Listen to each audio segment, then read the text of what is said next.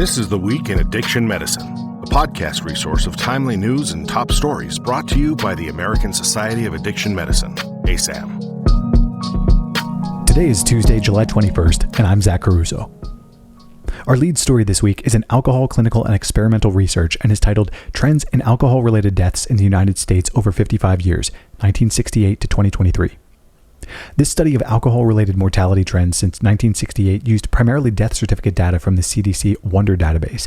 Between 1998 and 2023, there were 1.3 million alcohol-related deaths.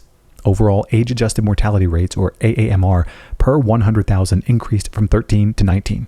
Rates increased from 1968 to 1980, declined from 1980 to 2000, and began an accelerating increase from 2000 to 2023, with a peak during COVID. AAMRs were higher for males, increasing from 20 to 28 than for females, increasing from 7 to 11. AAMR declined by 50% for black individuals and nearly doubled for whites, resulting in a dramatic racial inversion. Among age groups, the highest mortality was for 65 plus, attributed to baby boomer heavy drinking plus frailty of age. The largest increases were seen in the Midwest, with the Northeast remaining stable. Next is an article in Alcohol and is titled The Effects of Developmental Ethanol Exposure and Postnatal Choline Supplementation on Long-Term Choline Metabolism. Prenatal alcohol exposure, or PAE, disrupts fetal development and contributes to fetal alcohol spectrum disorders. PAE alters choline metabolism, which is critical for brain development. Although choline supplementation improves hippocampal-dependent behaviors, its mechanisms of action remain unclear. Using a rat model, researchers found that PAE did not produce lasting changes in overall choline levels, but did induce sex-specific alterations. These include reduced betaine and betaine-choline ratios in females and differential effects on metabolic markers related to oxidative stress and methylation. Choline supplementation modulated these pathways in a sex-dependent manner, suggesting distinct metabolic mechanisms by which it may mitigate neurocognitive deficits associated with PAE. Our next article is in Addiction and is titled Ethical Tensions in Legally Mandated Substance Use Treatment, a scoping review of participant perspectives.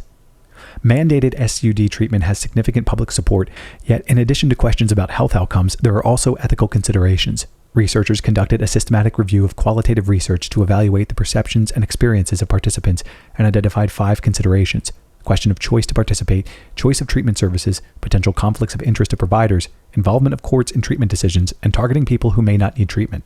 While participants often reported positive perceptions about their treatment, some, including some who didn't believe they had an SUD, also expressed they felt they didn't have a choice. The authors note that given variability in perceptions, there's a need for variability in policies and programs.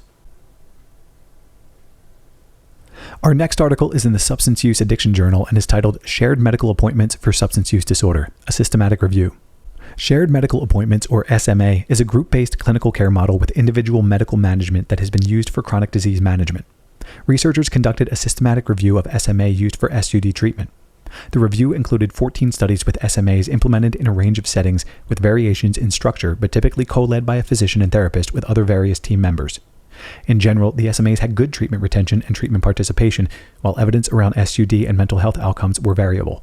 These researchers noted that SMAs are feasible and are a useful team-based approach, but more studies are needed with direct comparison to individual treatment models and longer-term outcomes. Next is an article in JAMA Network Open titled Buprenorphine Naloxone versus Extended-Release Naltrexone Following Opioid Withdrawal Treatment. This observational comparative effectiveness study used a target trial emulation framework to evaluate the outcomes for patients treated with extended-release naltrexone versus buprenorphine after treatment for medically managed opioid withdrawal, or MMOW. Participants were 18 and older and discharged from MMOW in Massachusetts between January 2014 and December 2018.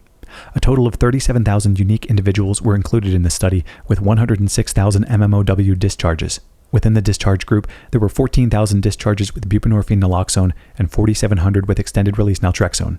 The adjusted 24-week cumulative incidence of all-cause mortality was the same between groups at 24 weeks. However, the adjusted 24-week cumulative incidence of non-fatal opioid overdose was significantly higher for the naltrexone group compared to the buprenorphine group. Next is an article in the Journal of Addiction Medicine titled Mirtazapine for Methamphetamine Use Disorder, a randomized, double-blind, placebo-controlled trial on craving, mood, and abstinence.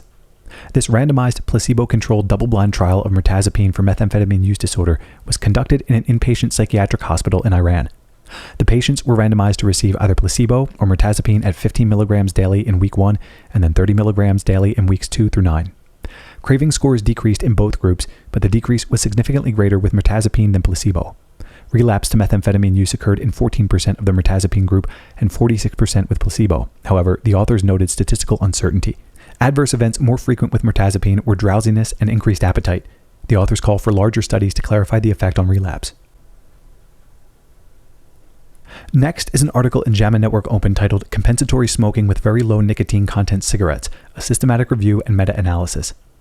This is a systematic review and meta-analysis of trials examining the impact of low-dose nicotine products on smoking behavior or smoke exposure. A total of 17 trials were included with 5,500 adult and adolescent participants. No trials found an increase in the number of cigarettes smoked per day or exhaled breath carbon monoxide among participants assigned to very low-content cigarettes. Per the meta-analysis, fewer than 1% of people would be expected to increase the number of cigarettes they smoke per day if they were to switch to very low nicotine content cigarettes. This is relevant in light of the FDA's recent Notice of Proposed Rulemaking to establish a low nicotine product standard for cigarettes and other combusted tobacco to reduce addictiveness. Our final article is in JAMA Network Open and is titled Perceived Risk of Fentanyl Use Among U.S. Adolescents. In this 2025 cross-sectional survey study, 3,800 8th, 10th, and 12th grade students self-reported their perceived risk of experimental, occasional, and regular fentanyl use. Researchers found an appreciable portion of adolescents, particularly the younger ones, were not aware of the dangers of fentanyl use. Clinicians, parents, schools, and public education programs all have important roles in communicating the potentially life-threatening risks of fentanyl misuse to adolescents. This concludes today's episode of This Week in Addiction Medicine. Remember to subscribe to the ASAM Weekly for more exclusive content and our editor's commentary delivered every Tuesday. Be sure to check us out on social media and at asam.org.